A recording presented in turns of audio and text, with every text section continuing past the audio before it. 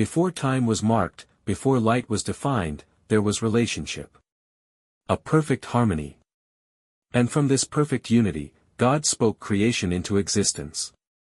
Not out of need, but out of limitless love. He crowned his work with man and woman. Adam and Eve. Created in his image, gifted with freedom, placed in a garden of abundance. Their purpose was simple, to rule the earth with him, in trust and dependence. The choice was presented, God's way or their own. And in a moment of disastrous pride, they chose rebellion. They traded dependence for autonomy. Trust was shattered, a shadow fell over the perfect world. Pain, fear, and death entered the story. Yet, in that same moment, a promise was whispered: one day, a descendant would crush the serpent's head. The story of mankind became a search for that savior. Generations passed, corruption grew. The great deluge of Noah brought cleansing, but not perfection. Then came Abraham. An ordinary man chosen for an extraordinary promise. He would be the father of a great nation, through whom God would finally bless the whole world. The thread of redemption was drawn tight. The family grew into a multitude, then descended into slavery in Egypt. But God remembered his promise. He raised Moses, a stuttering shepherd, to confront the empire. 10 plagues devastated Egypt. The parting of the Red Sea, a colossal act of power, delivering his people to freedom. They were no longer slaves, they were his nation. At Mount Sinai, God gave them the Torah, the divine instruction on how to be a truly human, truly holy people. The law was not a rulebook for earning love, but a guide for living in relationship. The tabernacle was built, establishing God's presence among them. But the people failed. They failed in the desert, they failed in the promised land.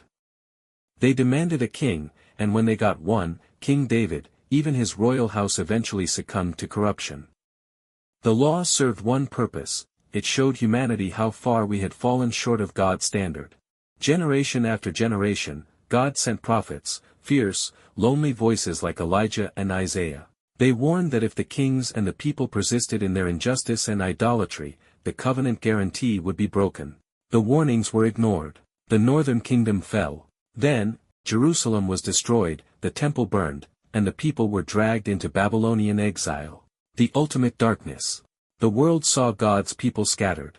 The promise seemed dead. But in the ashes of exile, the prophets gave the greatest revelation.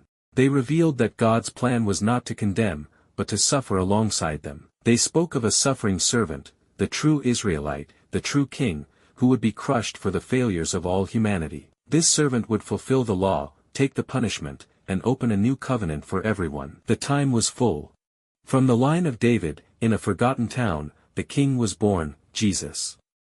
He didn't come with an army, he came with a revolutionary message of radical, restoring love. He lived the perfect life we couldn't, fully human and fully divine. He performed miracles that reversed the curse, healing the sick, raising the dead, taming the storm. The cross and resurrection his life led to the ultimate, necessary betrayal. He allowed himself to be arrested, tried, and executed. On the cross, God's justice and his love met. The perfect man took the consequence for the world's rebellion. But the story did not end there. The tomb was empty. Through his resurrection, Jesus defeated death itself. Jesus ascended, but he sent his Spirit to empower his followers, the Church. The mission began, to invite all nations, regardless of race or history, into this restored relationship. The story shifts from one nation to one new global family. The Bible closes with a vision of the end. Jesus will return, not to destroy the earth, but to renew it. The new heavens and new earth. The perfect relationship is finally, eternally restored. God's home is forever with mankind. The story that began in a garden ends in a city of light. It is not just the story of the past, it is the story of your future.